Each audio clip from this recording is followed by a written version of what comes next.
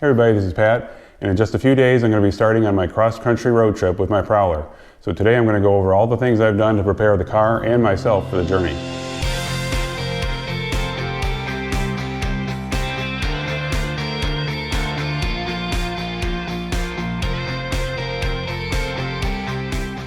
So in an earlier episode I was talking about my thoughts about wanting to take a long road trip with my Prowler, and finally those thoughts and plans have come to fruition, and I'm about ready to go on this trip in a few days.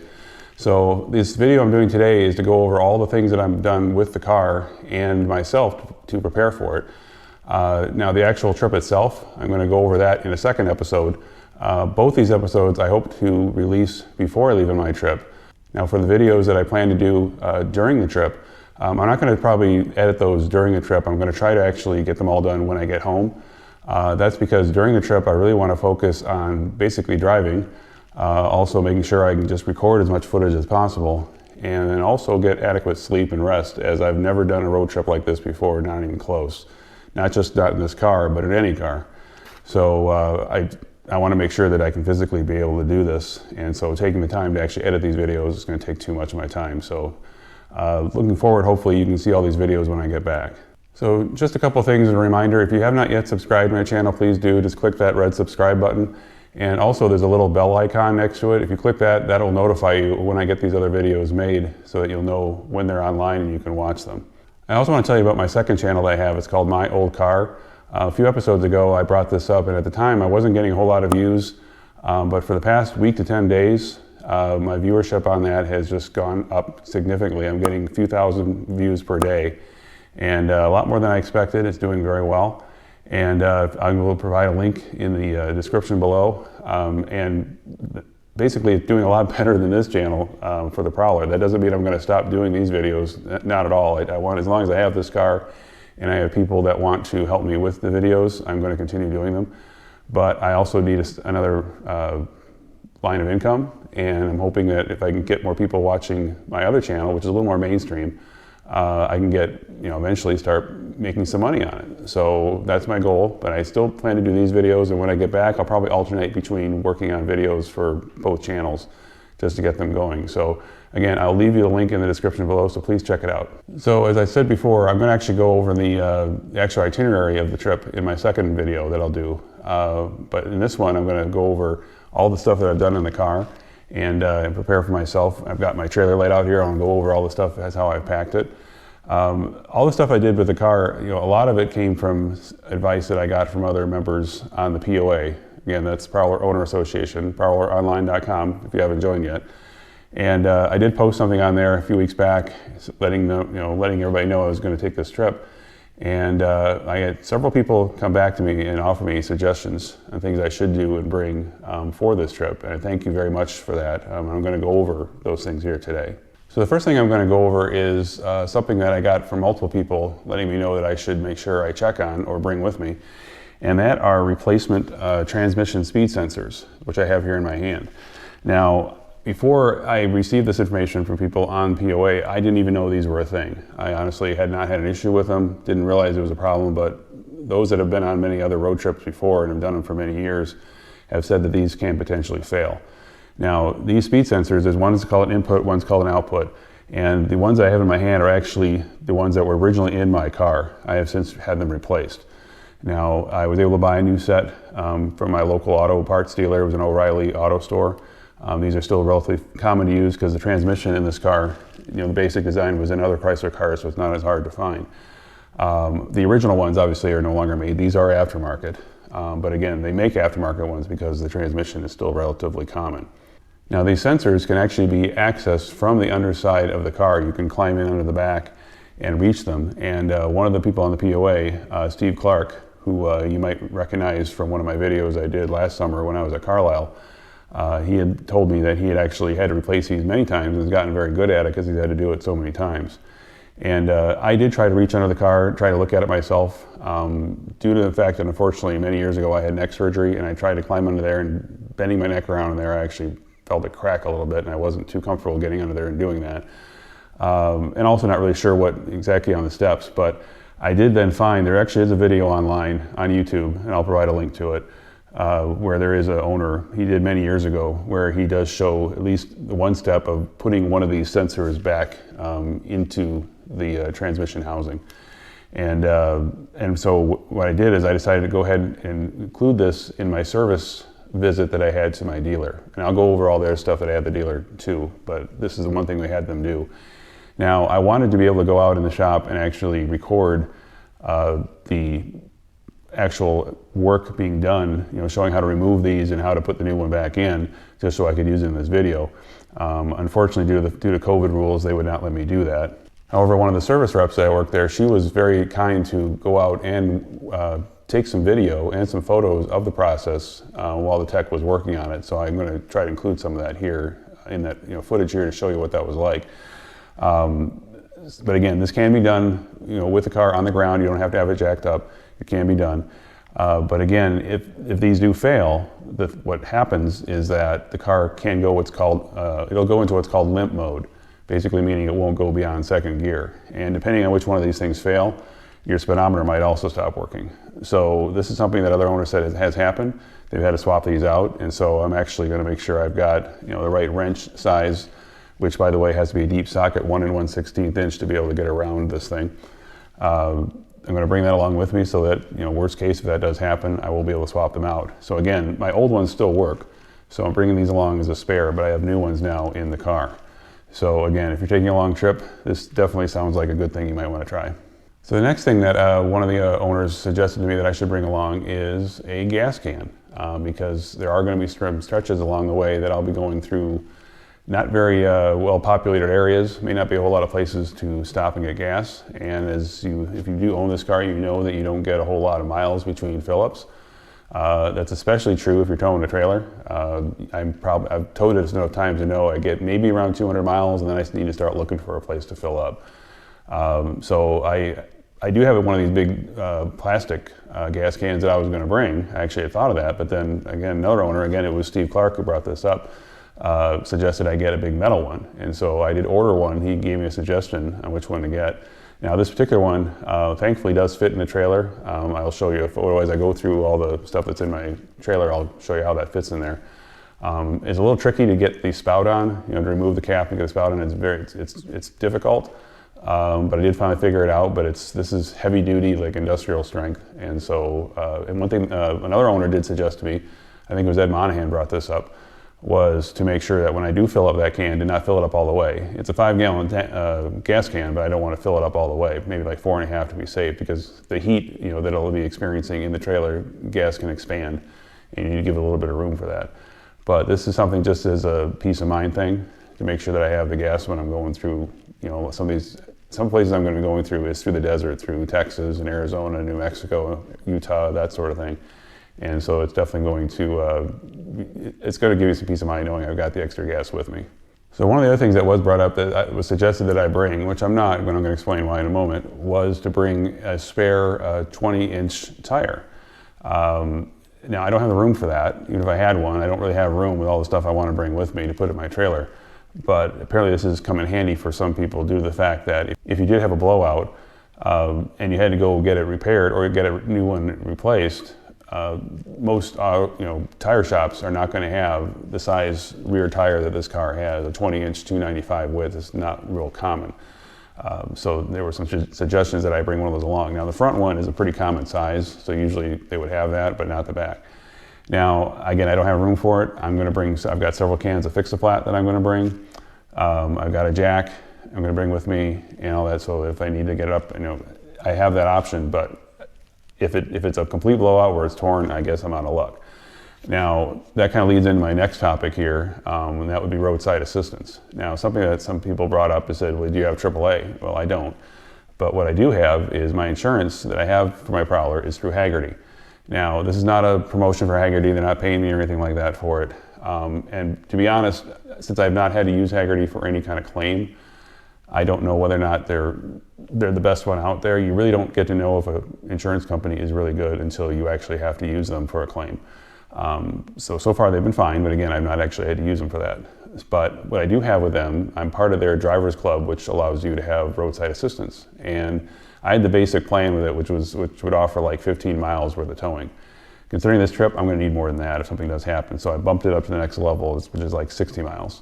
Now, obviously, if I'm out in the really middle of nowhere, then I'm screwed. But this is probably going to cover in most cases. The thing with Haggerty also is that they only work with local tow truck drivers that have flatbeds, so they're not going to attempt to tow this thing behind their tow truck. It'll be on a flatbed. So hopefully that doesn't happen, but that is something that I don't have AAA, but that's going to be my backup plan if I have a blowout or something else happens with the car on the side of the road that I can't deal with. So if that does happen, I will hopefully get some footage of it, but God forbid it does. So when I had my dealer visit, there was a few things there that I already had scheduled to have done. I mentioned in one of my previous videos that I did have the spark plugs replaced, and that's again just kind of a peace of mind thing. They had never been replaced. I'd also had a full synthetic oil change. Hopefully that's going to get me at least 10,000 miles. I'm going to go not that much in this trip, but not a whole lot less. So I'm definitely going to need that as well. The other thing we attempted to do with them is to see if they could try to get my tire pressure monitors or the TPMs program to get them working. Now, I mentioned in a previous video that I did get the sensors replaced. I had an aftermarket brand called Autel that I tried putting in there. I tried getting them programmed. It was a little difficult getting them the right settings in there due to the fact that if you've got a model that's not a 2002, the sensors are an older style, different megahertz. I think it's like 315 versus 455 for the newer cars. But the sensors I put in were supposed to handle both. I got them programmed. I thought they were going to work, but unfortunately, tech still couldn't get his device to work on it. So one of the people I'm going to be seeing on my trip here, I hope to be able to stop by and see, is Dale Sumney. He's a Prowler Owner Association member. He goes by the name of Padru. And he and I have been communicating a lot about this, and he's been trying various things and working with me on it. Fortunately, each of the things we've tried so far haven't worked. He's got a better tool that when I stop by, I'm going to try to see if we can maybe reprogram them at his place. There are other people that have been able to get them working, but they've also had to probably change out some of the sensors under the dash, try to make this work. I don't really want to pull out the sensors again, just for the cost of that, because each time the sensors have come out, or when they took the sensors out, along with when the tires went on, they've had to rebalance the tires. And unfortunately, they have to put the new weights on the inside of the barrel, which when they take the old ones off, it leaves just old glue and gunk on there. So unfortunately, my tires, or I should say my wheels, are starting to look crappy on the inside of the barrels because I've had to get these kind of things done. So I don't want to go through that again, have the cost. I want to keep these new sensors in there, and hopefully at some point we can get them to work. So that's something that, because I don't have those working, I've got a tire gauge with me. I've got a battery-operated air compressor that I'm going to bring with me that's got it's got the scale on it so I can actually watch it. I'm going to check these tires every morning, not just these, but also on the trailer, and to make sure that that's good every day, just to give myself some peace of mind, as I'm going along, since I don't have the TPMs working. So something else also that I had done recently in regards to the wheels, I mentioned in a previous video that a previous visit that I had to my dealer, they discovered that both wheels on the passenger side had a nice dent in the rim from when I hit a pothole at some point last summer. And I did find a local wheel shop in the Detroit area that was able to repair those. So unfortunately, that on those two wheels, now of course they had to rebalance those and rip up the inside of the barrel again when they put the new weights on there. So again, I don't want to hopefully have to mess with that again, but at least those are in better shape. The guy that did it said they probably weren't in too much risk of actually causing any potential air leak the way it was there, but it's still more peace of mind that I've got that working. And it only cost me about $250, which, for both wheels to be done. So glad to get that over with as well. So one other thing too that I did get done last fall, I did get new windshield wipers put on. The ones I had on there were still original with the car. The rubber was starting to get a little bit worn. And after I went through a couple of rainstorms the year before, definitely something I realized I had to get done. I found a Bosch set that matched the length. These are kind that bend actually properly with the windshield. And they definitely work a lot better. And so I know I'm going to be encountering some rain along this trip due to the fact that I'm doing it in the spring. So again, something, if you haven't had your windshield wipers replaced, if you're the type that only takes your car out when it's nice out and you're not doing trips like this, then you probably don't need to worry about it. But that's something I definitely needed to worry about. So finally, the next thing I want to go over is something related to the trailer itself, and that would be the wheels on the trailer. Now, few days ago, I was speaking with my older brother, talking to about, I was going over this trip that I'm going on, and he said, well, did you ever get the bearings re-greased on your trailer wheels? At which point I said, I don't know. I didn't even realize that was a thing. So this was a learning experience for me. Now, the bearings on your trailer, if you have one of these trailers, or actually any kind of utility trailer, unlike a car where the bearings are sealed up, and because of the way they're sealed, they're there for good and you don't have to worry about servicing them. Trailer wheels are different. The bearings are such that contaminants and the like can get in there, and the grease needs to get replaced over time. So this is something that I don't know if it ever been done with my trailer. And so when that happened, I posted some stuff on POA, got some good feedback back. In fact, one owner, Jeff Wallace, actually gave me a call, and we kind of talked through it, and I got the cap off the one end. And looking at one of them, this is while I had it standing up, I have the trailer stand, so I was able to get to one of the wheels and pulled it off. It looked okay to me, but again, I really didn't know what I was looking at. But there was still a lot of grease, in the bearing. So we kind of thought, well, it's probably okay. But, another owner also kind of pointed out saying, yeah, but there still could be a lot of old metal shavings. It's old grease. You probably should still get it done. So got the parts that I needed. And I also found a video online where they went through the steps. Now, I think there's actually probably several, but there's one in particular that I used where the wheel hub that he had are identical to this one. And so I will post a link to that so you can watch it. And that helped me out with that.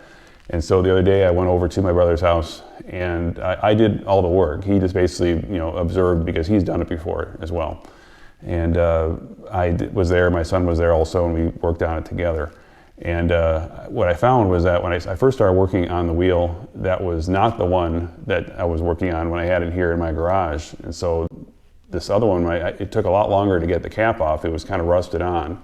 And by the time we got it off, there was a little bit less grease in there. And then when I pulled that one out, and looking at the actual bearings, once I compared that to the other wheel, the one that I'd done here, the color of the bearing, once it was all cleaned off and you had all the grease off it, was a little bit different, which led me to believe that, okay, at some point, one of these bearings did get replaced before I got the trailer. So that means the other one, definitely probably needed this done. Even though the one that I looked at with Jeff was okay, it was probably okay because it had been worked on, more recently. So working with my brother, we got them all repacked. We got all new grease in there, but I'm bringing all the stuff that I used for that with me, because if along the way, if for some reason I didn't pack it right, or there's any kind of issue that I see, I've got the parts here to give me a little more peace of mind. But this is something that people that don't know about this, and I didn't know about it, and I'm glad I'm learning about it, and I'm letting you know about it, is that if you don't get this done, you're gonna have metal grinding on metal. You could have smoke coming out, and you're gonna be on the side of the road. So this is something, again, just to give me a little bit of peace of mind, because this trailer is going to be going, it's already gone probably at least 3,000 to 4,000 miles during my ownership, but I don't know how many miles it had before I got it. So it's now going to go well over that again during this trip. So again, just something to have a little peace of mind. I'm glad that I got the bearings repacked. Okay, so next thing I'm going to do is I'm going to kind of go through all these things that I've got in the trailer, kind of explain to you all these things that I figured I need to bring with me. So first of all, I'm going to go over some of the basics here. Obviously I've got lots of snacks here to make sure I can have things along the way. I got a lot of stuff for breakfast, that sort of thing. Got my peanut butter. I'm going to bring actually peanut butter and jelly. I'm going to try to eat that as much as possible along the trip. It's probably going to get pretty boring after a while eating that, but it's going to save me some money. And also cut down on the amount of time that I'm waiting and eating. I can just quickly eat and go again. Bring a lot of water for myself, obviously. Hopefully I don't have to use it on the car. But obviously I'll refill that along the way. This is something I've been trying to drink a lot more water than instead of pop. I used to drink pop constantly, regular pop, not diet. And it's something that I'm trying to get better at, not doing, drinking too much of the pop. Anyway, also I've got actually 2 different suitcases in here. Now I've not actually filled these up yet. I've just got them in here to make sure see how they're going to fit. But this is where I'm going to keep all my clothes and all my things that I need in the hotel room, that sort of thing. I've got 3 weeks that I'm going to be on this trip, almost 20 days. And so I'm debating whether I'm actually going to bring a full 3 weeks worth of stuff, because I'm hopefully going to get some of my stuff washed along the way. But when it gets really hot, I'm going to need like multiple shirts probably to get through the day. Hopefully it's not TMI too much, but I tend to sweat a lot, and I need extra shirts in the hot weather, which I'm going to encounter during part of this trip. So it's something I need to do there. The other thing I bring though is this smaller bag. Now this bag I'm going to pack each evening or morning with whatever I need the next night, because most of the stops that I'm doing are only going to be one night. A lot of them are hotels where I'm only going to be spending one night there. There's just 4 times during the trip that I'm actually going to be spending 2 nights where I'm at. So even just 2 nights could easily fit in this. So this way I can just grab this bag with the stuff I need in it and keep everything else in here, so I'm not lugging this stuff into every hotel room. Again, just to be clear, I'm actually going to be, during this trip, there'll be 15 different places that I'm going to be staying along this trip. So yeah, I'm going to want something that can be easy to take in and out of each of the places that I'm staying. Now, other stuff that I'm bringing, if you notice here, lots and lots of of stuff to keep the car clean. But these are basically going to be used as rags too if something comes up that I need to deal with oil or whatever. I've got something there to keep myself, keep it cleaned up. Obviously, I've got more cleaning stuff here. Got some detailer. Also, I've got some of this stuff is Rain-X, which I'm going to use to keep the window clean. I've got some other window cleaners I'm going to bring with me too. A lot of it. That's something that was brought up by multiple people. They say make sure you've got stuff to keep your windshield clean, because this is going to get dirty quite often during the trip. Obviously, I got a cooler here that I'll keep swapping out stuff for, and it's got a decent handle. This is easy to carry in. In my last trips I was doing out to Carlisle, I had a bigger cooler. Thought that would work better, but it didn't have a handle on it. I needed 2 hands to carry it, which became a pain. So luckily, this is just a one quick handle one that I can grab for that. Other things that I'm bringing, I'm going to have this brush here, which I'm going to use in case I get any bird poop or any other messes that I get on my top. I'll be able to help clean that up there. Also, I've got, just in case, bring an extra synthetic oil, just in case my oil pressure drops for any reason. I'm also bringing a jug of coolant, again, just in case I have any overheating. I've got my air compressor here. This is a battery operated one, but it also has a plug that'll allow it to plug into the cigarette lighter outlet in the car if I need it. And this is that gas can I was talking about. Now, if you look at it, it almost looks like it's going to be too tall to fit in the trailer here, but actually the lid does come down because there's actually extra gap up here when it comes down, but it just fits. And I've got it packed in here hopefully so it doesn't move around too much. So if there is gas in it, if it's sloshing around. But again, the way this works on here, you've got your spout that you attach onto here. You take this off and put the spout on. Again, it's really thick, heavy metal. It's a little bit difficult to get it on there, but I've tried it a few times, figured out how it works, so hopefully we're good there. Extra pair of shoes, obviously. And I've got the extra grease down here, which I'm going to bring with me just in case I do have issues with the bearings on the trailer. I'll have that there as a backup. So other stuff, again, lots of cleaning stuff. I've got all this glass cleaner in here, and somewhere under here that you can't really see it. Oh, there it is, actually, it's out here in the front. I've got a lot more of these. Now, I mentioned these in one of my earlier videos when I did my Northern Michigan road trip, and I mentioned these. I love these things. They're actually very good for quick touch-ups on the car to get like bugs off it and that sort of thing. But whenever I can, I'm going to hopefully be able to take it to a car wash along the way. Now, I would never actually take it to an automated car wash, and if it's the kind of place where you can just drive up to a stall and wash it yourself. That's what I'm hoping to find. But these wash wipes down here actually make it very nice to do touch-ups along the way. But I've got all the other stuff here as well to help keep the car clean. I've got a socket wrench set, which again, I'm not much of a mechanic, so there's a lot of stuff I probably wouldn't be able to fix. But one thing I definitely need it for is on the trailer itself. One thing I've had to deal with a lot is this piece here. The bolts that hold it in under here tend to get loose over time as the car is moving. And so I've had to constantly go in here and retighten these. And so my socket wrench set will help with that. Because otherwise this thing will start rattling constantly on here, and it could potentially go off if I didn't keep it tight. So definitely need my socket wrench set even just for that. Now also underneath here, it kind of goes along with this rope that I've got here. Underneath here I've got a big tarp that I'm going to use to put over the car. And I actually took a photo of it. I did a test of it the other day to put it on the car. This is just for overnight stays if I know there's going to be a lot of rain. I'm going to be able to put that over it just to help protect, because I do have a leak in one side there that I don't want to get the water in there overnight.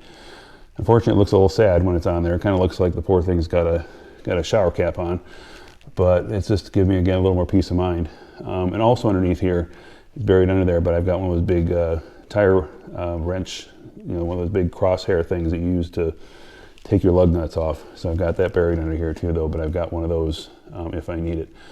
And then finally, also buried down in here, I've got multiple cans of stuff like this, Fix-A-Flat. I've got actually multiple brands here because I bought out, I had older ones and newer ones.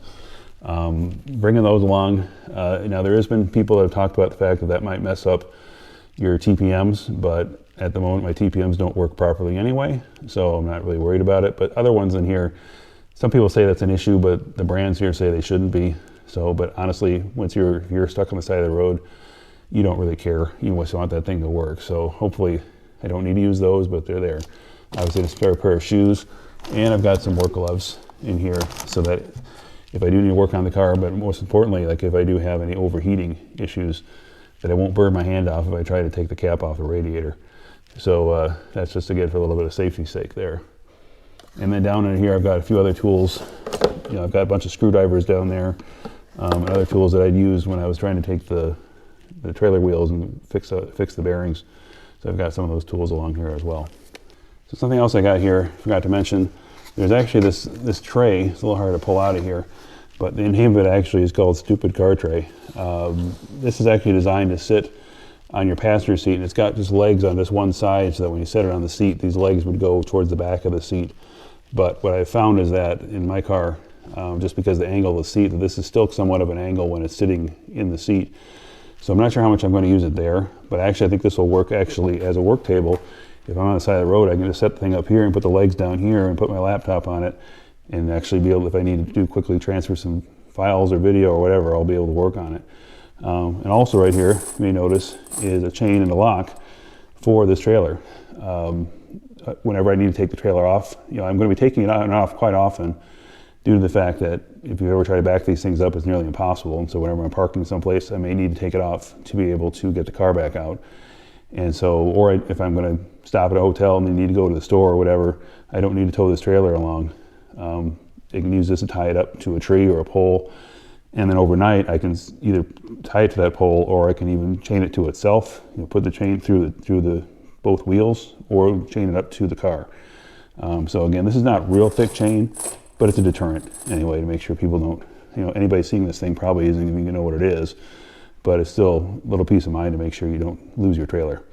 So other thing I'm bringing along too, and this is more just from a technical standpoint, I've got a lot of different parts and pieces that I need for doing my videos. Lots of spare batteries.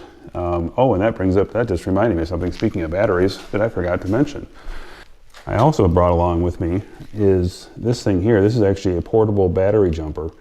Now, I've never actually used this to jump any car before, so I don't know how well it works in that sense, but let me open it up and show you how it works.